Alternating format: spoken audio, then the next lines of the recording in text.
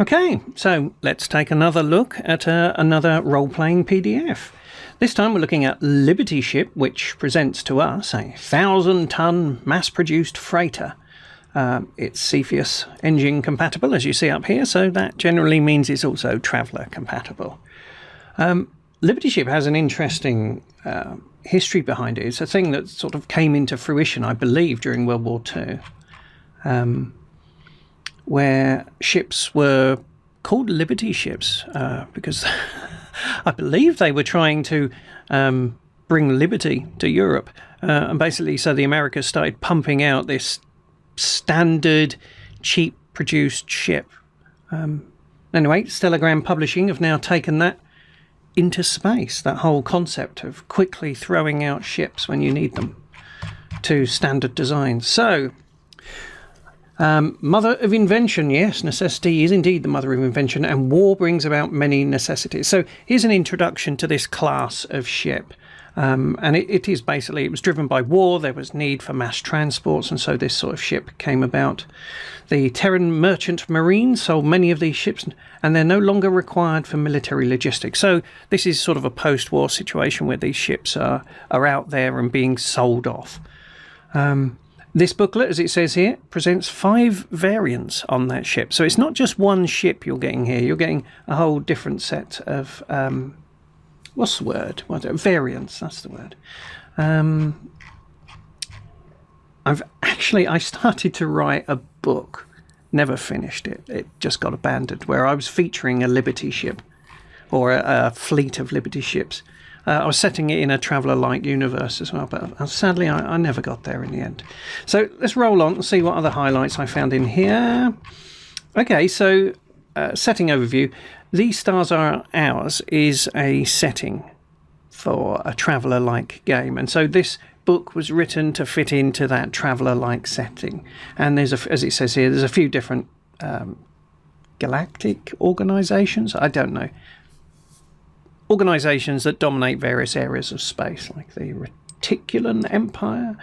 I can't pronounce that. Anyway, so there's some background information. If you're using These Stars Are Ours, you've got more background information.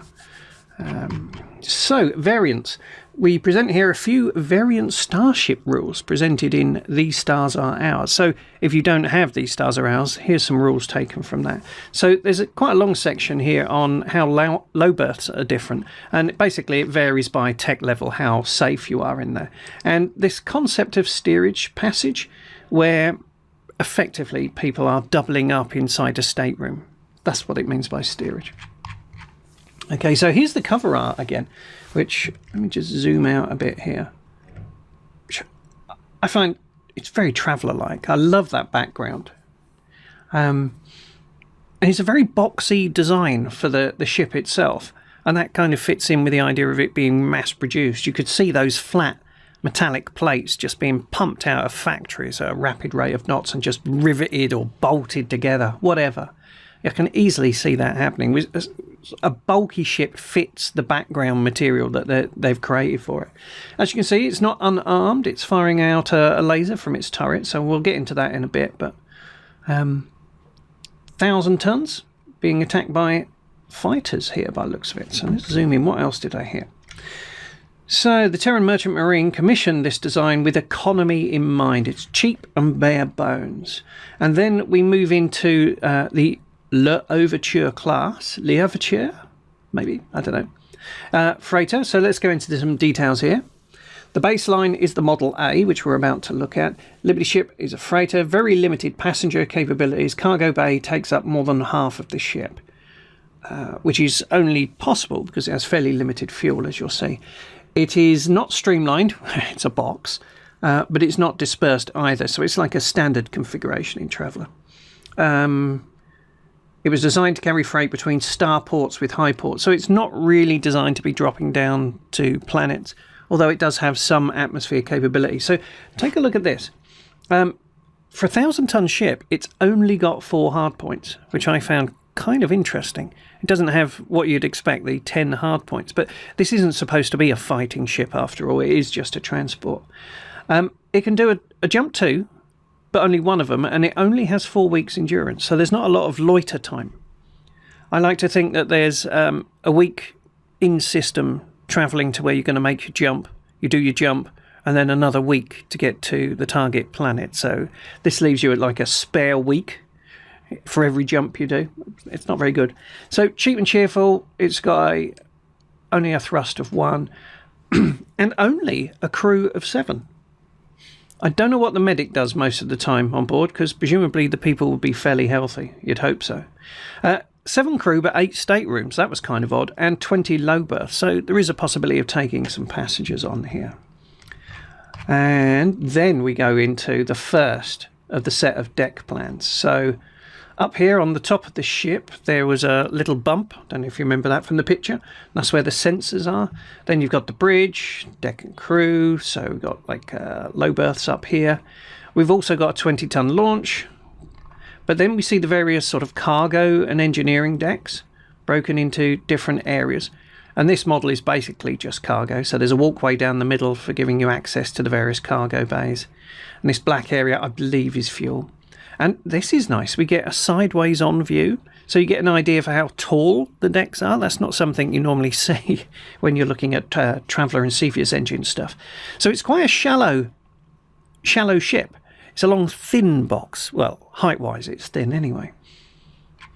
Okay, so zoom back out again. So then we move on to another model. So you get a whole different set of stats. In this case, it's the same basic frame, but it's for a troop ship design. So if we skip past the stats, I mean, it's got 5 medics. Well, if it's carrying a lot of crew, and 500 low berths. So it's a troop transport, and you're taking people in low sleep. But look at this. So this time round, you can see all those low berths laid out in the various cargo bays. Lots of them, and there's still some cargo space behind. So perhaps that might be converted into people who are not in low berths, perhaps. But we'll see. SIC is the name of a system or a race from These Stars Are Ours. So what this is saying, there is a run to that civilization. But there were chances of the ships being attacked. So with this model, heavier armament, a better computer, and better software. So it's a slightly up-armoured version of the ship. Not a lot. There is some difference in the deck plans, but not a lot. Model C, which is a frontier merchant. Okay. Let's have a quick look here. Added a few staterooms to increase passenger capacity. All right, so some slight changes here. But note here, 60 sandcasters? 60?